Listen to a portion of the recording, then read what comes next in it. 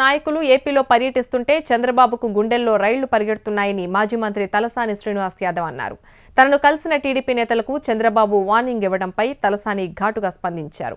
తానింకా ఆంధ్రప్రదేశ్లో పర్యటించాల్సి ఉందని, అక్కడ తప్పకుండా రాజకీయం చేస్తానని చెప్పారు. చంద్రబాబు తెలంగాణలో రాజకీయం చేయగా తప్పు కానిది, తాము ఏపీలో రాజకీయం చేస్తే తప్ప అని తలసాని ప్రశ్నించారు. తెలుగుదేశం పార్టీని స్థాపించింది కాంగ్రెస్కు వ్యతిరేకంగా స్థాపించారు.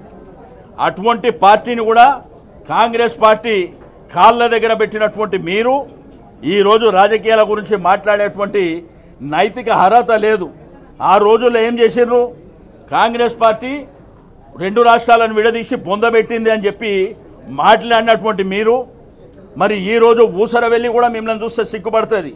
పూటకొక మాట మాట్లాడేది. 4.5 సంవత్సరాలు నరేంద్ర మోడీతో సంసారం చేసినటువంటి మీరు మరి ఈరోజు కొత్త సంసారం రాహుల్ గాంధీతో మొదలు పెడుతున్నటువంటి మీరు ఈరోజు ఇక్కడ ఉన్నటువంటి నా గురించి మరి మాట్లాడడం అంటే దయ్యాలు వేదాలు వల్లించినట్టు ఉంటుంది. చంద్రబాబు నాయుడు గారు దగ్గరకు వచ్చినాయి, మీరు మూల్యం చెల్లించక తప్పదు. తప్పకుండా ప్రజలు ఎప్పుడు అసెంబ్లీ ఎలక్షన్ వస్తాయో వెయిట్ చేస్తున్నారు. ఈరోజు దేశంలో ఉన్నటువంటి రాజకీయ పరిణామాల్లో భాగంగా మా ముఖ్యమంత్రి గారు చాలా రోజుల నుంచి ఈ దేశానికి సేవ చేయాలనేటువంటి సంకల్పంతో మరి వివిధ రాష్ట్రాల్లో ఉన్నటువంటి ముఖ్యమంత్రులని అక్కడ ఉన్నటువంటి నాయకత్వాలను కలుస్తున్నాం. మన కేసీఆర్ గారు ఫెడరల్ ఫండ్ ఆలోచనని మీడియా సమక్షంలో చెప్పిండు.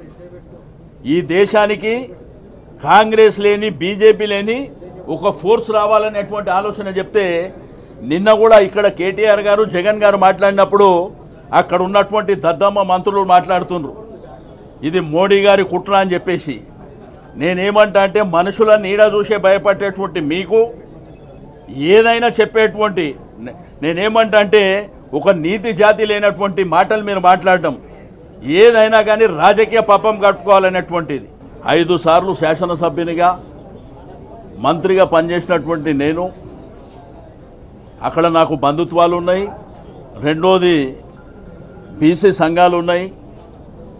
చాలామంది అభిమానించేటువంటి వ్యక్తులు ఉన్నారు. నేను మొన్న వచ్చినప్పుడు మీరు అందరూ చూసినారు, ఆయన గుండెల్లో రైళ్లు పరిగెత్తున్నట్టున్నాయి. నువ్వు ఇట్లా హెచ్చరికలు చేస్తే అక్కడ ఉన్నటువంటి బీసీలు ఎవరు నీ పార్టీలో ఉండరు. అంతేగాని నేను మొన్న వచ్చిన దానికే ఆ పద్ధతిలో ఉంటే నేను ఇంకా రావాల్సిన చోట్లు చాలా ఉన్నాయి. చాలా జిల్లాలు పర్యటన చేయవలసినటువంటి అవసరం ఉంది.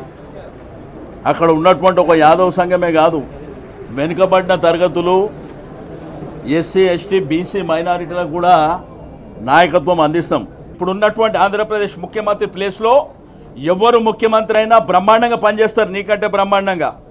అది గుర్తుపెట్టుకోవాలి. అంతేగాని ఏదైనా కానీ ఇది నేను చేస్తా అంటే 4 సంవత్సరాల 9 మాసాలు దాటిపోయినా కానీ ఇప్పటి వరకు అమరావతి ఎందుకు కట్టలేదో మీరు చెప్పవలసినటువంటి అవసరం ఉన్నది.